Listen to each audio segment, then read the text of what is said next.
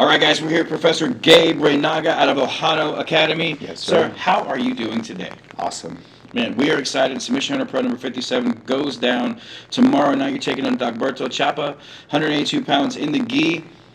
Tell us about this gi or no gi. Like you prefer the gi? I prefer the gi just because I do it more regularly. Last year, for actually, him and I were supposed to go against each other last year in May, and right before, like 2 weeks before, there was the Dallas Open. I did no gi, and I was like, man, this is no gi. You know, what's the difference? Because I've always done both.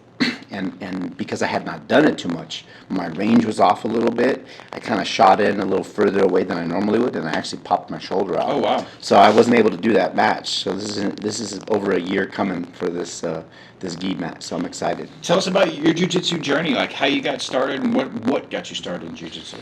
So I started it's kind of funny. I grew up doing karate. I actually had my own karate school. And I moved to Texas in 2005 from California. I was a single dad, didn't really feel comfortable leaving my son, long story short, I came to a point to where I was able to start training again, and I was actually going to join a boxing gym because I had boxed when I was younger. And I ran across a buddy of mine, Art Manzano. He's now an owner of Ohana West location. And he's like, yeah, man, my friend just opened up an MMA gym. And I had tried out jiu-jitsu one time before. It was just a little pricey. So I just said, okay, well, let me go check it out. And it was like kind of priced the same, whatever. Sure. It was like, as I wasn't paying for the boxing gym. So I'm like, man, this is kind of cool, man. This works for me. And Jason Urington, he's the owner, the founder. It was kind of like, he's got this kind of personality to where you just right away, boom, like this is my spot. And when I first started at his academy, he taught MMA, Muay Thai, and Jiu-Jitsu. We still do. But I, of course, from being a striker my whole life, that was my more comfort zone. Right. It wasn't until after I stopped fighting MMA, I did 3 fights, that I decided to just like 100% dive into Jiu-Jitsu. So that's kind of how it got started for me. What about your favorite submission? Favorite submission? It's my Kimura. All right. Yeah. Okay. What about favorite takedown? You'll see it tomorrow night. I don't want to say what it is. All right. If it happens, we'll say, oh, okay, he talked about I'll be like, that was the one. That was the one. Tell us about what jiu-jitsu has done for your life.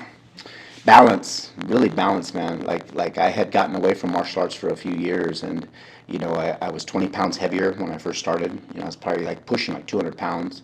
I wasn't in terrible shape, but I just wasn't really taking care of myself. Sure. Mentally, it's like if I don't do train, like everything's a little off. So aside from my own spirituality, jiu-jitsu is one of these like benefits that I'm 48 years old. I'll be 49 next year, and I feel like I'm in great shape. I go with people half my age on the regular, every day. So it's like, it keeps you young, keeps you healthy. It's good. That's awesome, man. Is there anybody you'd like to thank? My professor, always believing in me, always in my corner. My girlfriend, she's a huge support. We train, we're together. We support each other 100%. She's also on this card. You just interviewed her right now. Right. And then also my son and my mom. They're a huge support of my family. So. Well, that's awesome. Thank you so much for taking the time to speak with me. You've always been so hospitable every time we've come out here, and it's like you're part of the Submission Hunter Pro family, man. When we come out, so thank you so much as always. It was a pleasure.